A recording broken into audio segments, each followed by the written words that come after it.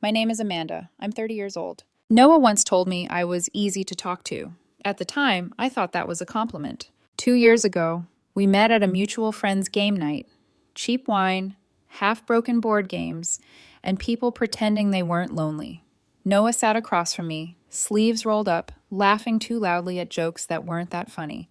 I noticed his hands first, always moving, always expressive. From that night on, we became a rhythm. Coffee every Tuesday, horror movies every Friday, long walks where conversations drifted from meaningless to intimate without either of us noticing when the shift happened. He texted me good morning. I texted him good night. When something went wrong in his life, I was the first person he called. When my days felt heavy, he somehow always knew. I told myself not to read into it, but I did. The touches lingered just a second too long. The way he leaned closer when he laughed. The way he remembered tiny details. How I took my coffee, which songs made me nostalgic, which silences meant I was sad. I convinced myself it meant something. 3 weeks ago, sitting in our usual corner booth at the cafe we'd unofficially claimed as ours, I finally said it. Noah, I need to tell you something. He looked up from his mug. What's up? My hands were shaking. I have feelings for you, not friend feelings. I've had them for a while. His face changed in slow motion. Surprise, concern, something like guilt. Oh, Elena. He set the cup down carefully. Can I think about this? Of course, I said, even though my heart was already breaking. That night I didn't sleep. The next day he called. You're amazing, he said. You're kind and funny, and I love spending time with you. But I don't see you as girlfriend material. I think we're better as friends.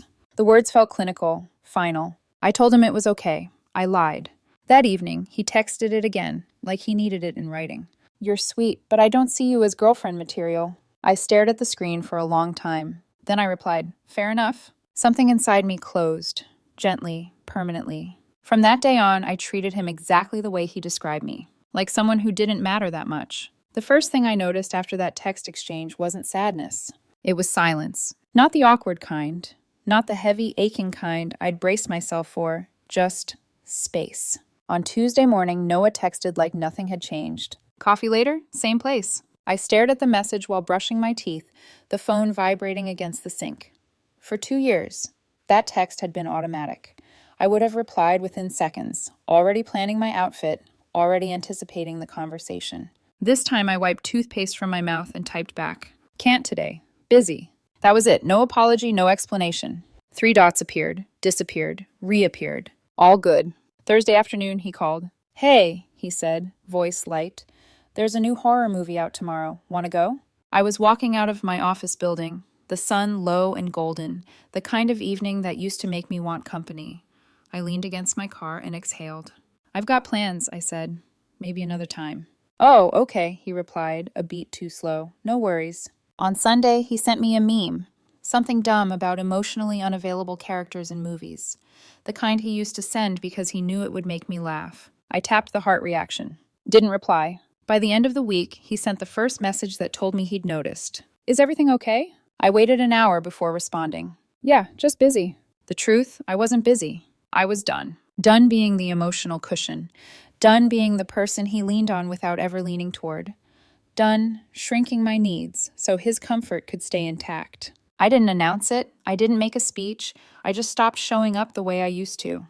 And that's when the balance shifted. The following Tuesday, Noah called again. I was at the gym, actually at the gym this time, channeling all the leftover restlessness into something tangible. Sweat, burn, progress. I let it go to voicemail. Hey, it's me, he said, voice tighter than usual.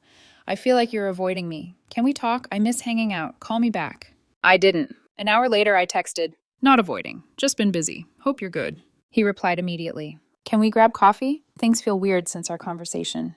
Things aren't weird, I typed. I'm just giving you space. I don't want space. I want my friend back. I stared at that sentence for a long time. Then I replied, I'm still your friend, just not as available. There was no response after that. That night, I went home, cooked myself dinner, and watched a show I'd been meaning to start for months. I waited for the familiar ache to hit, for regret, guilt, loneliness.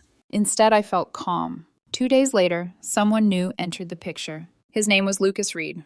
We met at the gym. He corrected my form on a deadlift. Politely, confidently, without condescension. We talked between sets.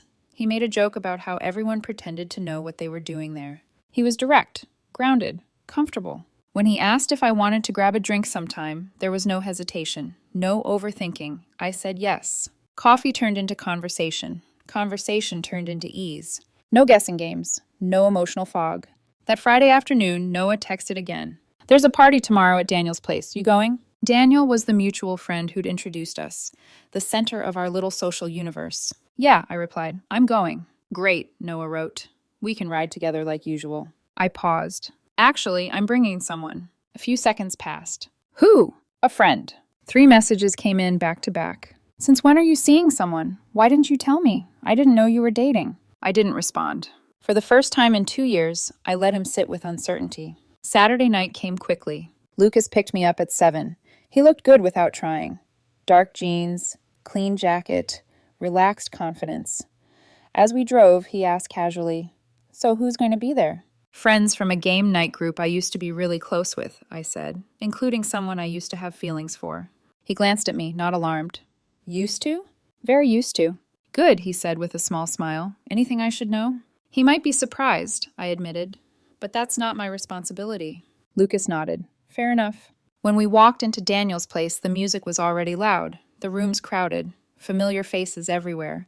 And then I saw Noah. He was standing near the kitchen, mid-conversation, smiling, until his eyes landed on me, on my hand resting lightly on Lucas's arm. On the way, Lucas leaned in to hear me over the music, on the fact that I wasn't alone. Noah's smile froze. It wasn't dramatic, it wasn't explosive. It just stopped, like someone had hit pause. I met his gaze briefly, gave a polite nod. Then I turned back to Lucas and kept walking. Something told me this was only the beginning. The thing about parties is that they reveal what people are trying hardest to hide. Daniel opened his front door and did a double take when he saw me with Lucas. "Elena, wow, hey," he said, eyes flicking between us. "And you are?"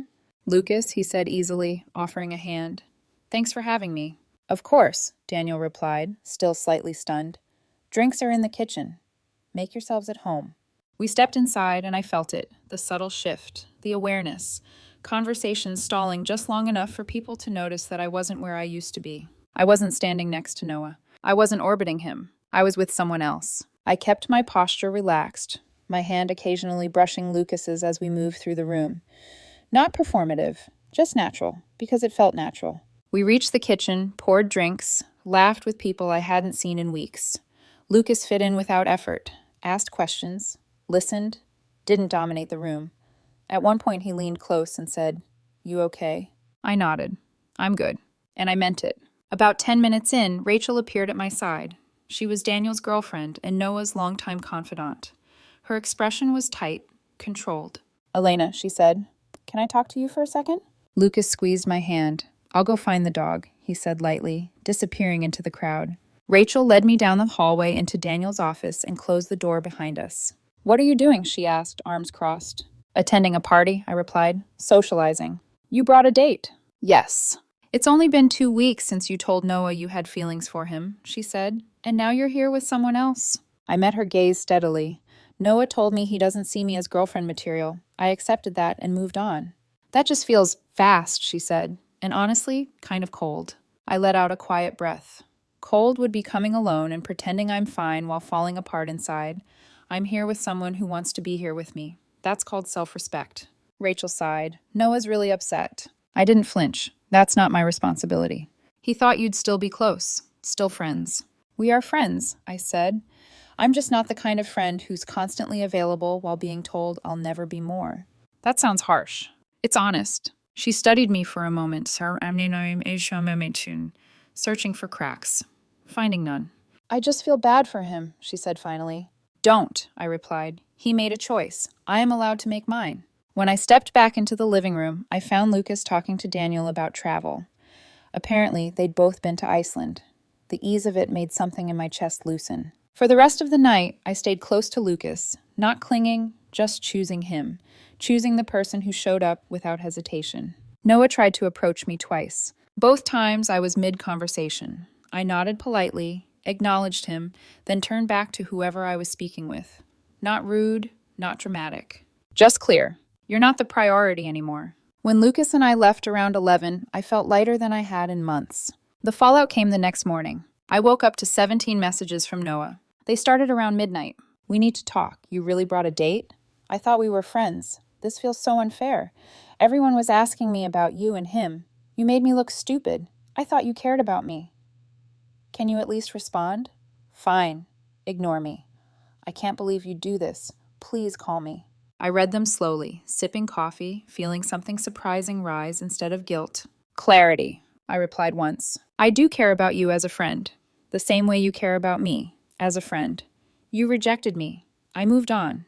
That's how this works. His response came instantly. It's only been 2 weeks. That's not enough time to get over someone. Maybe not for you, I typed. But you're not the one who got rejected. I didn't reject you. I just didn't feel the same. That's literally what rejection is. You're doing this to hurt me. No, I replied. I'm doing this because Lucas is great and I enjoy spending time with him. Your feelings about that aren't my responsibility. There was no reply after that. I spent Sunday with Lucas. Brunch, a long walk, easy conversation. He didn't ask about the texts, didn't demand explanations. That's when it hit me. This ease, this balance was what I'd been missing. And Noah? He was only just beginning to realize what he'd lost. By Monday morning, the story had made its way through the friend group. Daniel called me first. Elena, we need to talk about Saturday, he said, skipping any pretense. Okay, I replied calmly. I was folding laundry, sunlight spilling across my living room floor. Noah's really struggling, he continued. He's been texting Rachel nonstop about you and Lucas. What exactly do you want me to do about that? I asked. Maybe ease up a little, Daniel said carefully. Give him time to adjust.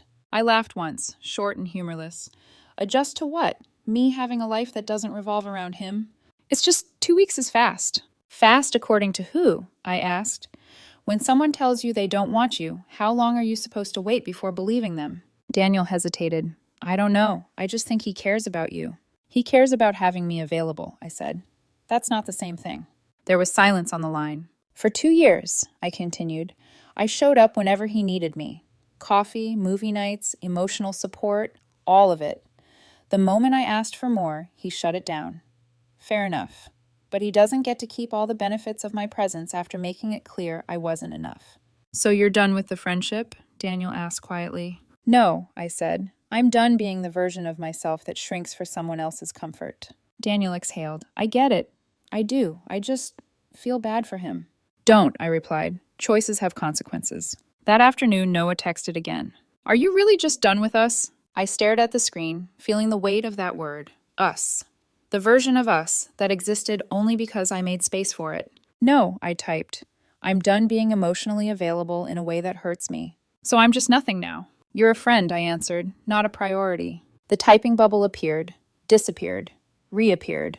That feels cruel. It's honest. That night, I told Lucas everything. We were sitting on my couch, legs tucked under us, the room quiet except for the hum of the city outside. He listened without interrupting, without judgment. Can I ask you something? He said when I finished. Of course. Are you over him? I considered the question carefully. I'm over the hope of being with him. Lucas nodded. That's honest enough for me. We didn't rush anything. We didn't label anything. We just existed. 2 people choosing to be present without expectation. 2 weeks later, life handed me the final confrontation. I walked into the cafe, the one Noah and I had gone to for 2 years. I'd told Lucas about it like it was a piece of history. Noah was already there, sitting in our old booth. His eyes snapped up when he saw us walk in together. That familiar frozen expression crossed his face again. Is that him? Lucas murmured. Yes, I said. Do you want to leave? He shook his head. No, I like this place. We ordered drinks and sat at a different table. I could feel Noah watching us, the weight of his gaze pressing against my back. Lucas talked about a client at work who wanted results without effort. I joked about wanting abs without crunches. We laughed. It felt easy. After 20 minutes, Noah stood and walked over. Elena, he said quietly, can we talk outside? I'm in the middle of something, I replied. Please. Just 5 minutes. Lucas touched my arm. It's okay. I'll be right here. Outside, the air was cool. Noah stopped a few steps from the door, hands clenched. Is this really how it's going to be? He asked. You dating someone new and acting like what we had never existed? What we had existed, I said evenly. It just looks different now. You don't text, you don't call, you avoid me. I don't avoid you, I replied. I just don't prioritize you. Why? He demanded. Because you made it clear I wasn't a priority to you. That's not fair. I wanted to be more than friends, I said. You didn't. Friends are equals, which means I don't owe you emotional exclusivity. Lucas doesn't know you like I do, Noah said. Maybe not, I replied, but he knows me enough to want me. His jaw tightened. I care about you. You care about having me around? I said softly. There's a difference. His eyes filled. This hurts. I know, I said, being rejected does. He shook his head. You're punishing me. No, I said, I'm moving on. I went back inside. Lucas looked up. Everything okay? Yes, I said, sitting down. Everything's fine. And for the first time in a long time, it really was. Noah didn't text me after that day. Not immediately. A week passed, then another. The silence felt different this time, not like a standoff, not like unfinished business. It felt like something settling into place, like the final click of a door locking behind me. Lucas and I kept seeing each other. Nothing dramatic, no grand declarations, just consistency. He showed up when he said he would. He listened. He didn't make me guess where I stood. One afternoon, while we were walking through the park, he asked, "Do you think he'll reach out again?" "Probably," I said honestly. He's not used to not having access. I didn't say it with bitterness, just awareness. I was right. 2 days later, Noah called. I let it ring once, twice. Then I answered. "Elena," he said, voice strained, "I've been thinking a lot."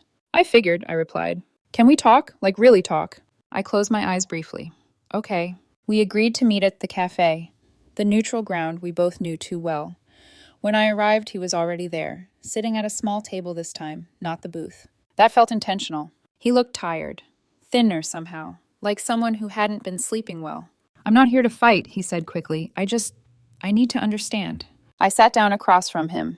"Then listen. I didn't think rejecting you would mean losing you," he admitted. "I thought we'd still be us." "That's the problem," I said calmly. "Us only worked because I was willing to want less than I deserved." He frowned. "That's not fair. I was honest with you." "You were," I agreed, "and I respected that.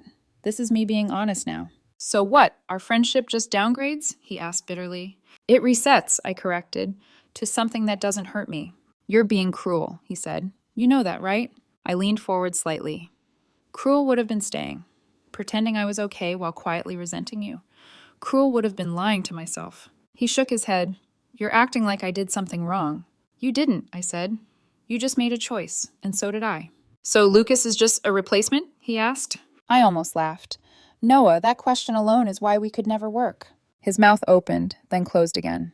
"You don't get to decide how I heal," I continued, "or who I choose. You told me I wasn't girlfriend material. I accepted that. But that also means you're not entitled to the version of me that gave you everything." His eyes filled again. "I didn't know it would hurt this much to lose you." I softened, but only a little. "Then maybe you should have thought about that before asking me to stay exactly where I was." "So this is it?" he asked quietly. "This is me choosing myself," I said. He sat back, defeated. "I hope he's worth it." "He is," I replied, "because he wants me." I stood, leaving a few bills on the table for my coffee I hadn't finished. As I walked out, I didn't feel victorious. I felt free. That night, I told Lucas about the conversation. He listened, then said, "I'm glad you chose yourself." "So am I," replied. Some people would say I was harsh, but kindness without boundaries is just self-betrayal. And I'd done enough of that already. It's been 2 months since the party. Lucas and I are still seeing each other. Slowly, intentionally. No pressure to define things before they're ready to be defined. He's introduced me to his friends. I've introduced him to mine, just not the old game night group. I attend those less now. Not out of avoidance, but because my life has expanded beyond that orbit. He's thoughtful, direct, emotionally present. Being with him feels like exhaling. Noah and I haven't spoken since that coffee shop conversation. He stopped texting about a month ago. I noticed the absence, but it didn't ache the way I once feared it would. Last week, I saw on social media that he's dating someone, a woman from his office. They look happy. I hope they are. I mean that without bitterness. Daniel told me Noah asked about me recently. He wanted to know if you were still mad, Daniel said. I smiled faintly when I heard that. "I'm not mad." "That's what I told him," Daniel replied. "I said you'd just moved on." Apparently Noah said that felt worse. I understand why. Anger means you still matter. Being moved on from means you don't. Rachel asked me not long ago if I had any regrets, if I thought I'd been too harsh. "Maybe," I said after thinking about it, but being gentle with someone who rejected me would have meant being cruel to myself. She nodded, like she finally understood. Some people think bringing Lucas to that party was calculated. Revenge. A statement. Maybe a small part of me wanted to prove something, to myself more than anyone else. But mostly, I just wanted to be with someone who made me feel wanted without conditions. Noah texted me once more, just once. "I saw you're seeing someone. I hope you're happy." I didn't reply. Not out of anger, out of closure. There was nothing left to say. He stopped seeing me as girlfriend material. I stopped seeing him as someone who deserved priority access to my life. Fair is fair. People ask if I owed him a friendship after 2 years. I don't owe anyone my emotional energy, especially someone who made it clear they didn't value it the way I did. Friendship isn't one person giving and the other choosing how much to take. That's not friendship. That's convenience. Lucas knows the full story. He asked early on if I was truly over Noah. "I'm over the hope of being with him," I told him. That was enough. We're taking things day by day, letting something real grow without force. And for the first time in a long time, I'm not waiting to be chosen. I already chose myself.